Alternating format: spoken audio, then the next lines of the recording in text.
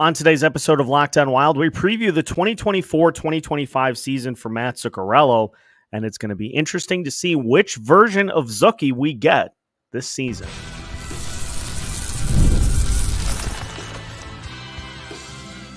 You're Locked On Wild, your daily podcast on the Minnesota Wild, part of the Locked On Podcast Network, your team every day. What is happening, everybody? Welcome into another episode of Locked On Wild, your daily Minnesota Wild podcast, part of the Locked On Podcast Network. We are your team each and every day, and we thank you for making Locked On Wild your first listen each and every day. Make sure you hit that subscribe button so you don't miss out on any new episodes on YouTube or your favorite audio platforms. Today's episode of Locked On Wild is brought to you by Game Time. Download the Game Time app, create an account, and use code LOCKEDONNHL for $20 off your first purchase. On today's episode of Locked On Wild, we take a look at the 2024-2025 season for Matt Zuccarello. We'll take a look at how his season ended last year with a drop in production and try to figure out which version of Zuccarello we're going to get this season. We'll be doing a lot of stat diving in today's episode, so bear with me there. My name is Seth Toupal, your daily Minnesota Wild insider and credentialed Wild media member.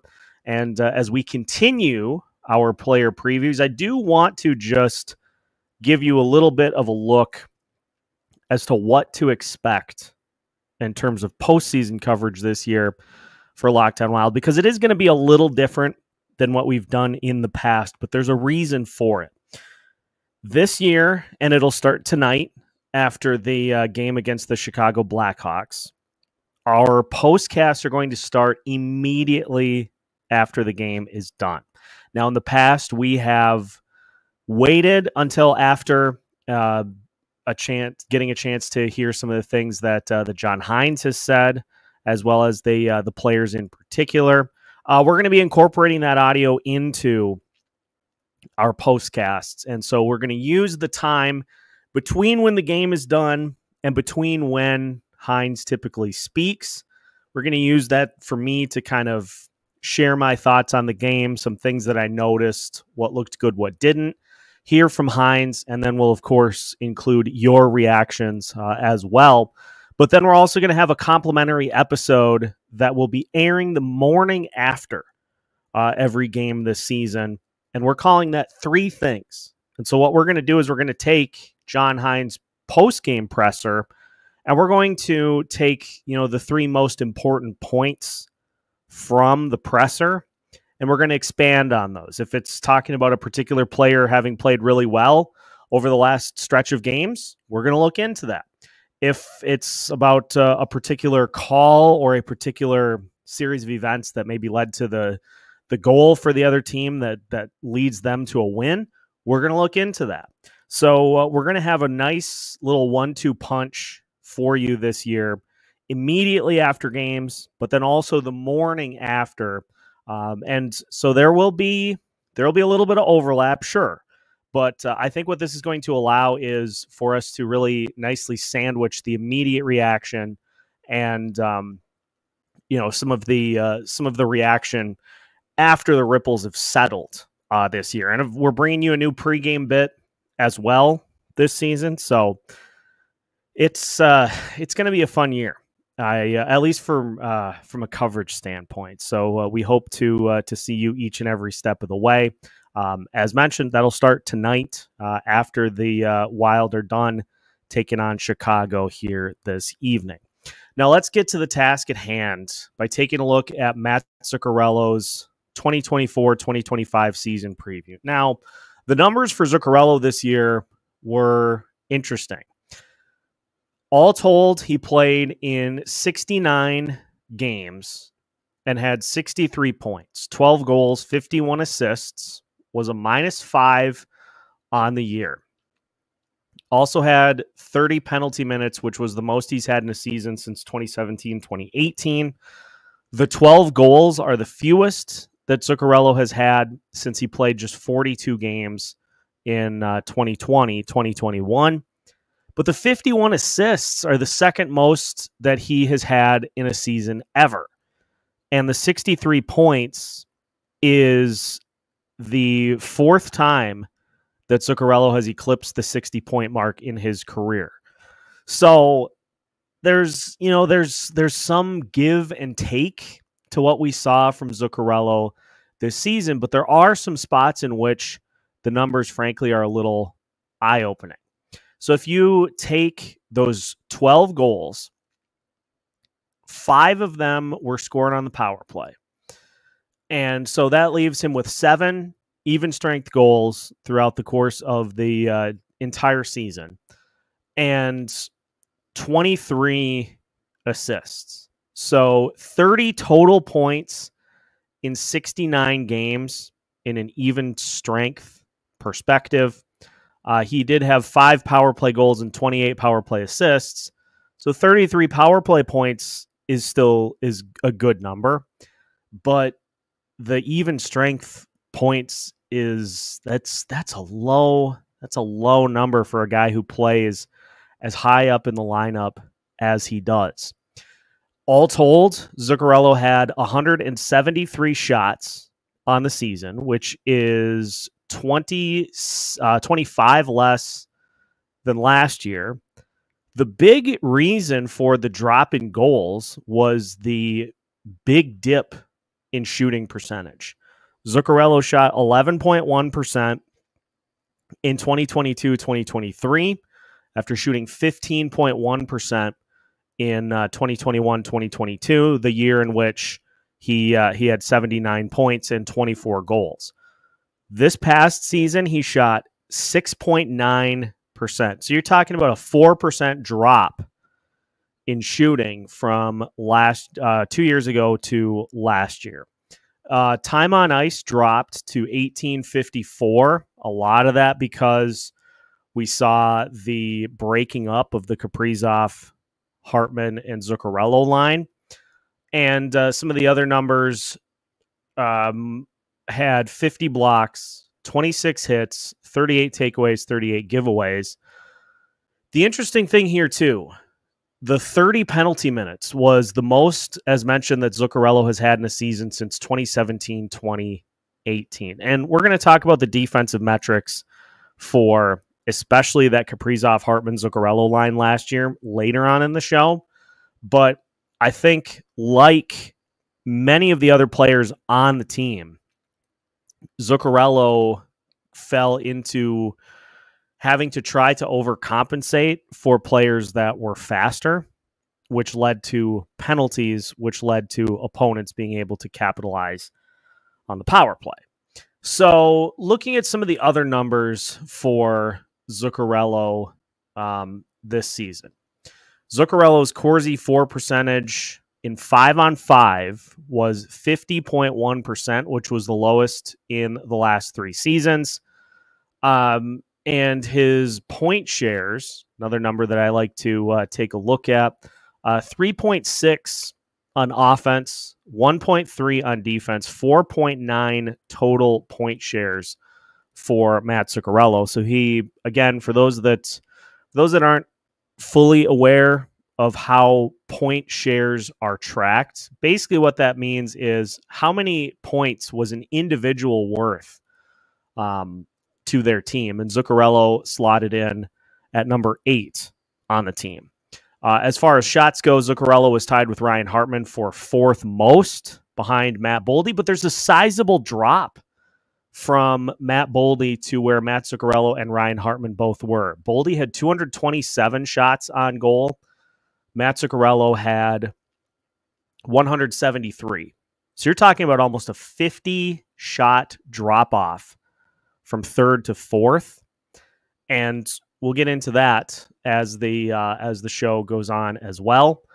But the total shot attempts for Matt Zuccarello as well, 334 on the season. And you look at what he did 3 years ago, 2021, 2022, he had 159 shots on 268 attempts. So he was getting through more than 50% of the time. 2 years ago, it was 198 shots on 381 attempts. So again, right at about 50% that we're actually getting through. And this past season, 100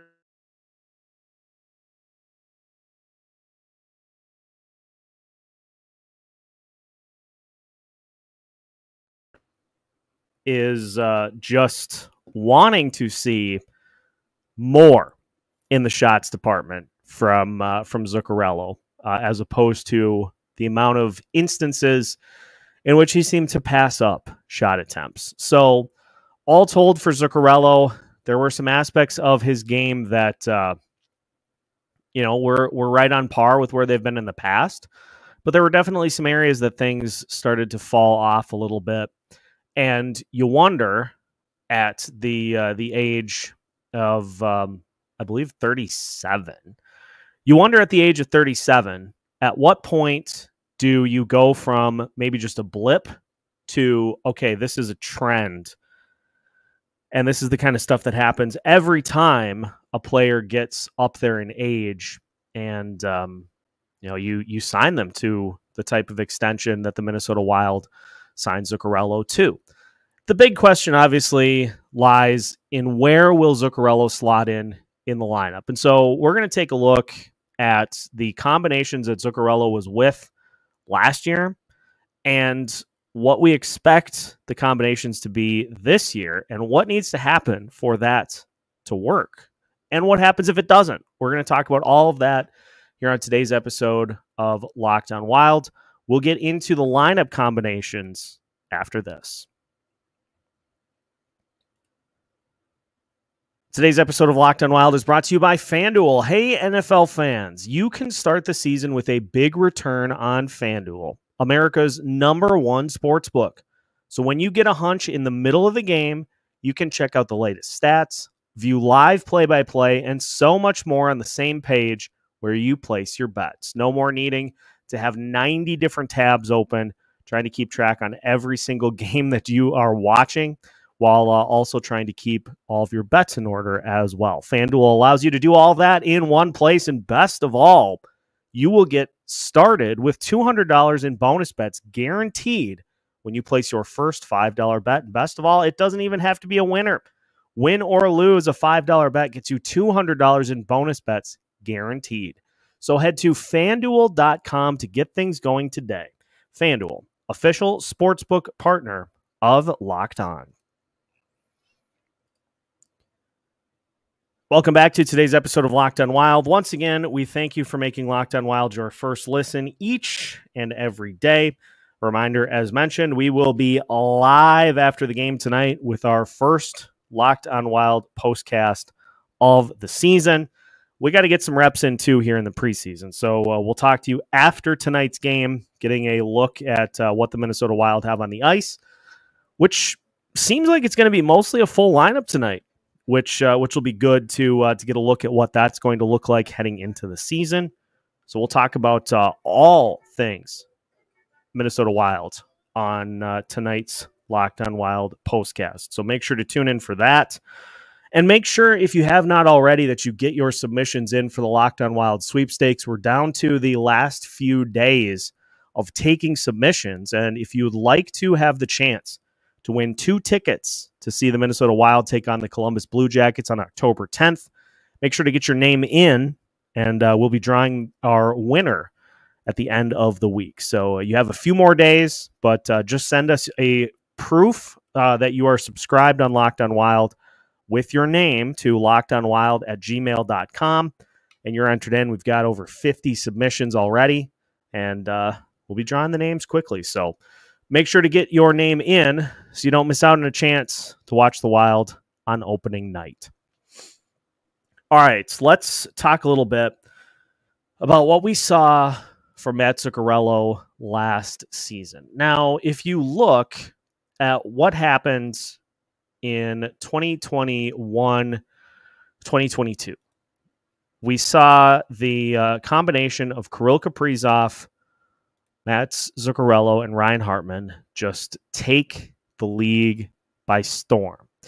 Those 3 played together for a grand total of 69 games. They had a Corsi 4 percentage in 5-on-5 play. They had a Corsi 4 percentage of 54.65. They outscored their opponents 48-26, while having an expected goals for of 28.59. They scored 48. So that tells you how much better than expected they were when that combination got put together. Expected goals against was 24.3. So they just had a sensational season in 2021, 2022. High danger chances all over the place, but they really just turned into this juggernaut line that led to the emergence of Ryan Hartman with his 34 goals. Matt Zuccarello would have had an 80-point season had he been healthy all year, and Kirill had a 100-plus point season and shattered the goals record for the Minnesota Wild. So all told, it was a line that was very successful, but that was 2021, 2022. How did that combination do last season? Because we did see them together for a little bit, not a ton, because it just did not have the same success rate as they did the previous season. So last season, Kirill Kaprizov, Ryan Hartman, and Matt Zuccarello. Hang on, I got to find... okay, here we go. So Kirill Kaprizov, Ryan Hartman, and Matt Zuccarello played in 59 games together. Their Corsi 4 percentage was at 51.01%. So a little bit of a dip there. Now this is in 5-on-5. So 51.01% on the Corsi 4. The goals for and against. 7 goals for, 12 goals against. An expected goals for of 7.04. An expected goals against of 6.66. And a goals for percentage of time in which when a goal is scored on the ice, it's your team scoring the goals, of 36.84%, which is not good at all. And so that kind of causes some problems because it just was not as effective this past season as it was at its height in 2021, 2022. Some of the other numbers I want you to consider. From November 27th to the end of the season, April 18th, Ryan Hartman in 56 games had 14 goals, 20 assists, 34 total points, and was a +4 in those final 56 games. Here are Matt Zuccarello's numbers in the final 50 games that he played. He had 7 goals, 35 assists, 42 total points, but even strength, he had 3 goals and 20 even strength points in the final 50 games of the season. I'm not dismissing the power play production, but what we're seeing here is a guy whose production I think is pretty exclusively tied to Kirill Kaprizov being on a line with him. The numbers for Matt Zuccarello alone this past season were as follows. Zuccarello by himself, now by himself meaning without Kirill Kaprizov and Ryan Hartman, had a Corsi 4 percentage of 33.3. He was outscored on the ice. Actually, that's 2021, 2022. I beg your pardon. Matt Zuccarello by himself. Just bear with me as I navigate natural stat trick. Matt Zuccarello by himself had a Corsi 4 percentage of 47.67 this past season. And in even strength was outscored 2-3. He didn't play a ton of time exclusively by himself, just 48 minutes without Kirill Kaprizov and Ryan Hartman. But I want you to look at another number here. I want you to look at the numbers with Marco Rossi, because that was the most common line combination at the end of the season, was Marco Rossi Matt Zuccarello, potentially Marcus Johansson. So Marcus, let's look at that trio first. They had a Corsi 4 of 51.67.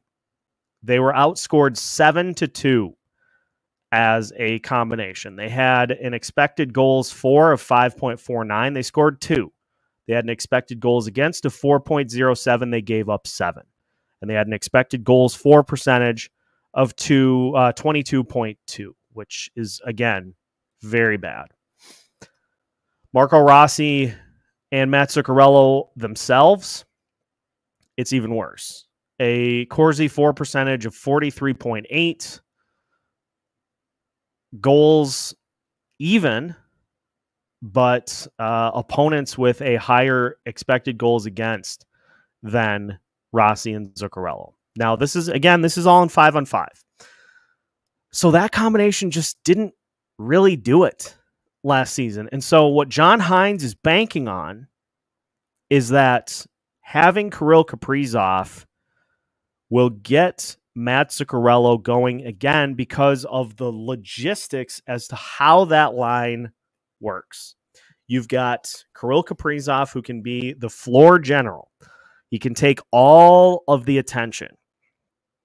You've got Matt Zuccarello, who can be the perimeter guy, and Ryan Hartman, who is a willing get-to-the-net/shooter type. So John Hynes is banking on that combination being able to replicate that magic, while also banking on the fact that Joel Eriksson Ek and Matt Boldy have enough chemistry together to be able to carry Marcus Johansson with them, at least for the start of the season. But I think the reason that Boldy and Eriksson Ek worked so well with Kaprizov is because they bring some defense to the table. Ryan Hartman does. Matt Zuccarello, not so much. And so by having Boldy and Eriksson Ek with Kirill, it allows him to focus a ton on the offense while not having to be responsible defensively, really at all, if you get my drift.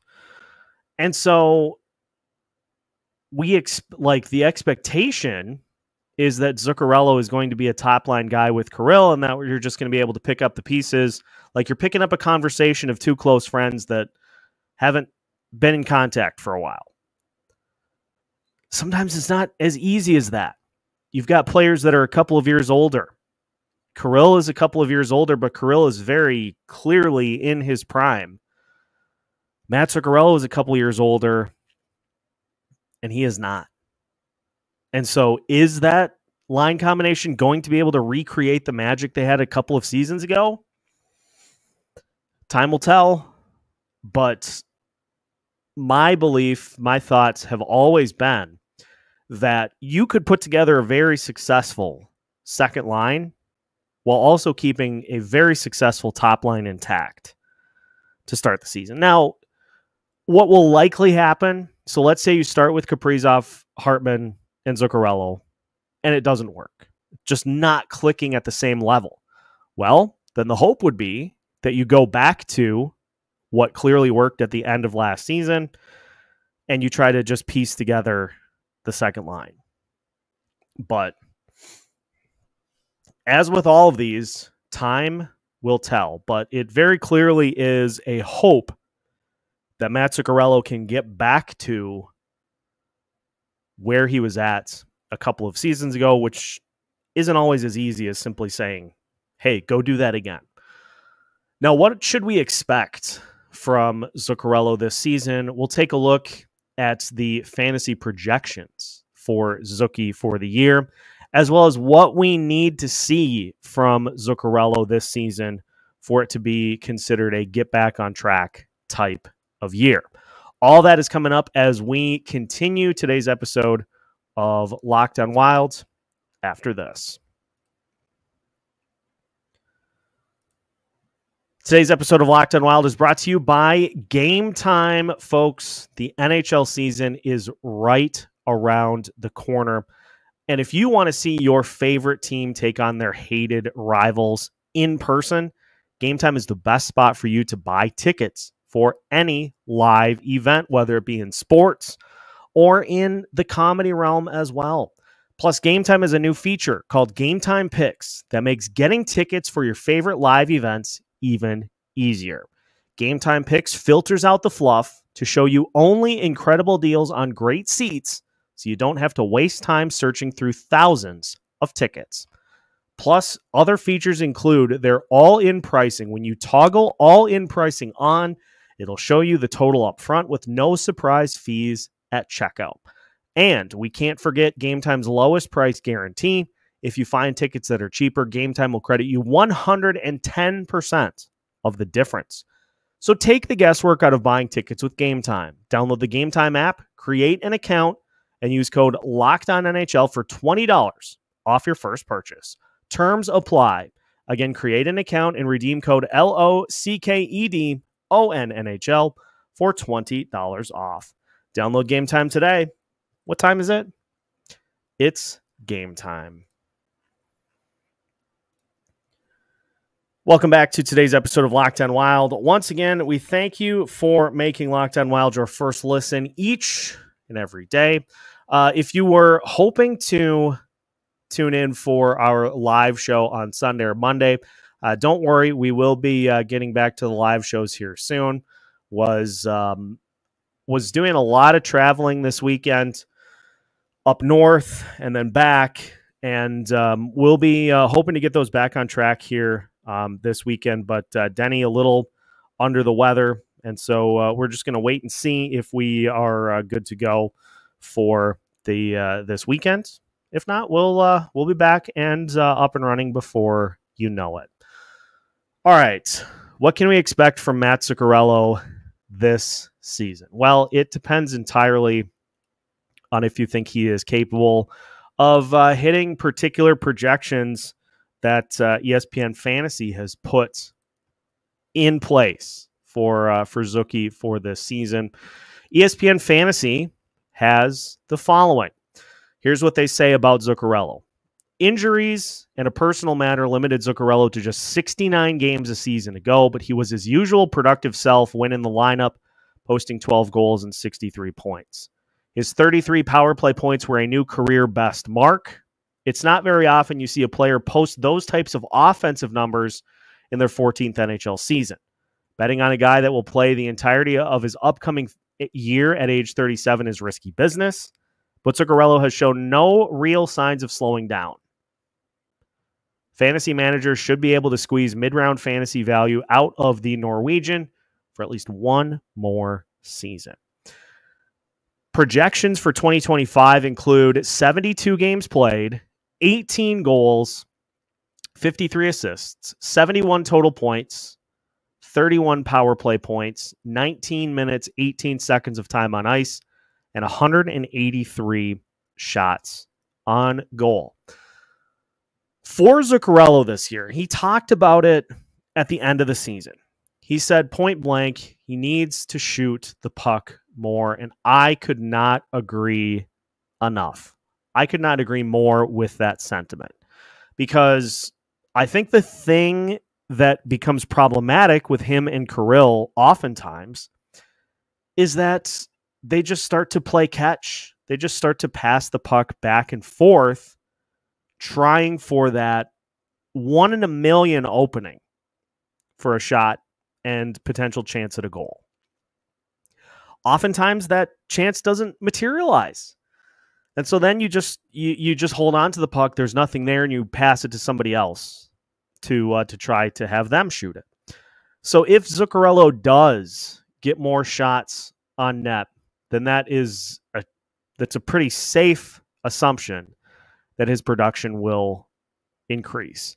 But the big wild card for me is, can he be a productive even strength player without Kirill Kaprizov on his line? If we look at the full season for Minnesota Wild players, you look at the even strength numbers. Kirill had 55 even strength points in 75 games. Matt Boldy had 44. Joel Eriksson Ek had 42. Those are your regular stalwarts on the power play. So you expect that they're going to put up a ton of power play points. What I'd like to see from Zuccarello this year is I would like to see him become a little bit more of a go-to. Like let's say that Kaprizov, Hartman, Zuccarello doesn't work, and he's back on line 2. Own that line. Be a more than just kind of a perimeter option. Don't be afraid to head to the net and to let it rip in the shots department. But if he can up his even strength points into that 40s range, and if he splits the difference between last year's goals and 2 years ago, you're talking about 17, 18 right there. So if he just, I think, tries to find the middle ground between being one of the complementary pieces and kind of a take charge guy, which I do think he has in him as a veteran. I think he is one of we've talked about this before. I think there's an underrated part of Matt Zuccarello's leadership and what he brings from that aspect. If he can just up the offense a little bit this year, then I think we're going to feel very differently about him than we do right now.